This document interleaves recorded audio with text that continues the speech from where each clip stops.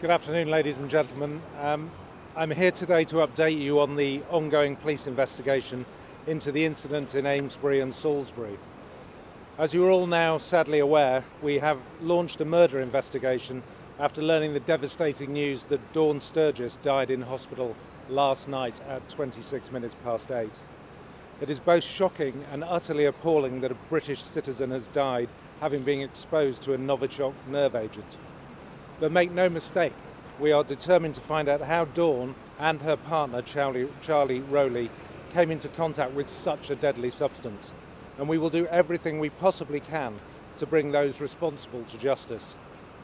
Our immediate thoughts and prayers are with Dawn's family as they come to terms with the loss of a loved one in such unimaginable and cruel circumstances. Dawn was only 44 years old. She was from Durrington in Wiltshire, and she leaves behind two grown-up sons aged 19 and 23 and an 11-year-old daughter, as well as her parents. Our thoughts also remain with Dawn's partner, 45-year-old Charlie, who was also exposed to the nerve agent and remains critically ill in hospital. Both Dawn and Charlie's families, understandably, have asked for the media to respect their privacy at this very difficult time. I would also like to thank all of the extremely brave and dedicated hospital and medical staff who once again have worked tirelessly and tried to save Dawn's life, and who continue to care for Charlie. This latest horrendous turn of events has only served to strengthen the resolve of our investigation team as we work to identify those responsible for this outrageous, reckless and barbaric act. The investigation is being led by detectives from the UK's counter-terrorism policing network, and they are unable to say at this moment whether or not the nerve agent found in this incident is linked to the attack on Sergei and Yulia Skripal. However, this remains our main line of inquiry. The investigation must be led by the evidence available and the facts alone. Our focus and priority at this time is to identify and locate any container that we believe may be the source of the contamination. In the 4 months since the Skripals and Nick Bailey were poisoned, no other people besides Dawn and Charlie have presented with symptoms. But their reaction was so severe, it resulted in Dawn's death and Charlie being critically ill. This means they must have got a high dose, and our hypothesis is that they must have handled a container that we are now seeking. Over the weekend, detailed searches have continued at a number of locations in Amesbury and Salisbury. And this activity is centred on Dawn's address at John Baker House, Salisbury, and Charlie's address in Muggleton Road, Amesbury, as well as Queen Elizabeth Gardens in Salisbury. Police cordons are in place at a number of locations in the area and are likely to remain in place for a considerable period of time.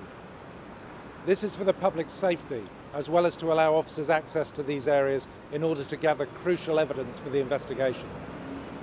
Detectives have pieced together a detailed timeline which shows the movements of both Dawn and Charlie in the period before they fell ill on Saturday the 30th of June, and this is crucial to our understanding.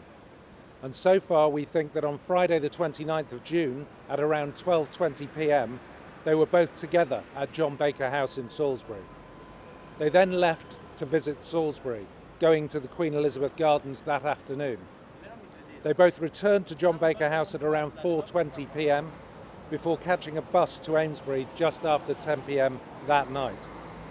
In the absence of any information to the contrary, we believe they both spent the night at Charlie's address on Muggleton Road. The next morning at 10:15 a.m, Saturday the 30th of June, the South Western Ambulance Service was called to Charlie's address, where Dawn had been taken ill. Charlie was present with her at that time, and Dawn was subsequently taken to hospital.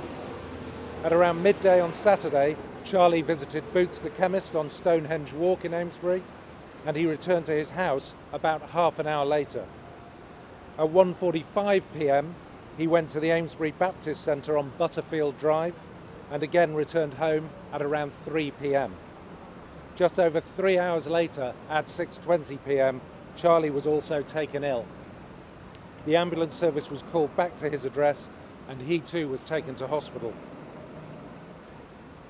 As I've said before, there is no evidence that either Dawn or Charlie visited any of the sites that were decontaminated following the attempted murders of Sergei and Yulia Skripal. As the investigation progresses, we continue to build on our understanding of those movements, which is key to us establishing when and where Dawn and Charlie were contaminated. As part of this, detectives have already identified a red Ford Transit van that Charlie travelled in as a passenger on Saturday prior to falling ill. And yesterday, the military assisted us with transporting that from Amesbury to the Defence Science and Technology Laboratory at Porton Down. There, scientists will carry out tests on the vehicle. This is being done as both a precautionary measure and to assist investigators in piecing together the facts behind this dreadful incident. 3 other men were also in the van that day, and they've been identified and contacted by police. None of them are showing any signs of having been exposed to the nerve agent or feeling unwell, and they are being screened as a precaution. I'm sure you will appreciate the investigation is painstaking, meticulous and complex, but can I also assure you we are doing everything possible to gather all available evidence. Officers have already identified and spoken to a number of people who we know were with Dawn and Charlie before they became ill. However, if there is anyone who saw them or met with them, or we haven't already spoken to, I would urge them to contact police on 0800 789 321. Their evidence is vital for both public safety and for the investigation. Clearly, everyone Dawn and Charlie were in contact with prior to them falling ill is a focus for the inquiry. The more we know about their exact movements, the better, so please contact us. We continue to work extremely closely with public health and scientific experts to continually monitor and assess the ongoing levels of risk to the public as this investigation progresses. I simply cannot offer any guarantees, but last night public health emphasised that the risk to the general public at this time remains low. I do, however, recognise there will still be people in the local area with concerns, but there is detailed advice available on the Public Health England website. Part of this advice is not to pick up any strange items such as needles, syringes or unusual containers. It's also important to note that whilst 21 other people have presented with concerns, they've all been screened and they've all been given the all clear. I'd like to thank the public for their continued support and patience while this important work continues both in Salisbury and Amesbury. Once again, the people of Wiltshire have shown tremendous stoicism in the face of this tragedy. Wiltshire Police has also established a helpline which can offer further advice, and that is on 0800 092 0410. Now, I'm afraid a Cobra has been called by the Home Secretary at 1 o'clock, which I will have to attend, so I've got a chance to answer a couple of questions if necessary.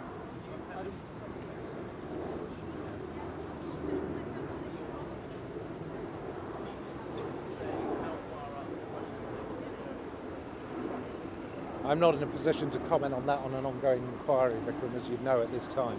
I'm satisfied that the investigation is progressing well, but our main line of inquiry now has got to be to determine how Dawn and Charlie came into contact with the agent. As a passes from Sky News, you said you haven't linked necessarily these two attacks. What would it take to do that? Because most people watching would say 2 Novichok attacks in the same place are clearly.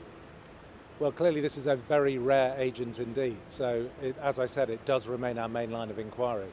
But we're police officers and we have to work on evidence, so I would need a forensic link to make that absolutely 100% certain. And when you say that this is a murder inquiry, again, just to clarify, murder would suggest that the people involved have been targeted, whereas the evidence would suggest that this was happenstance. It was a very unfortunate occurrence. Can you clarify? I think Dawn and Charlie, obviously what's happened to them is absolutely terrible, but I think it points to the fact that this was a deadly agent unleashed on British soil and was completely reckless, and that in itself is a reason to launch a murder inquiry. And would you appeal to the That's not a matter for me, that will be a matter for Her Majesty's Government, and I'm sure will be a focus of Cobra later on. Thank you. Thank you all. I'm sorry, Mike. Can you...